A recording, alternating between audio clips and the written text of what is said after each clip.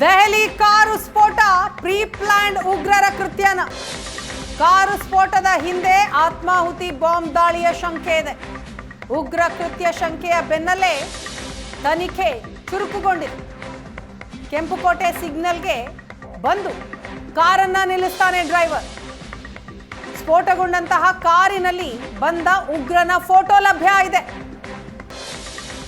Latest update ಇದು. ಸ್ಫೋಟಗೊಂಡು ಕಾರೇನು ಹೊತ್ತಿ ಉರಿತಾ ಇದೆ. ಈ ಕಾರ್ನಲ್ಲಿ ಬಂದಂತಹ ಡ್ರೈವರ್ನ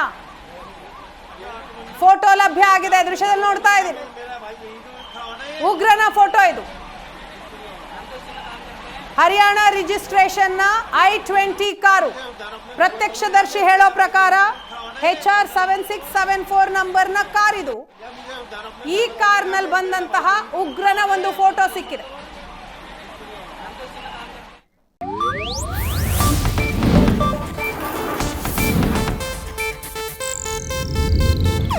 ಇದು ಏಷ್ಯಾನೆಟ್ ನ್ಯೂಸ್ ನೆಟ್ವರ್ಕ್ ಪ್ರಸ್ತುತಿ.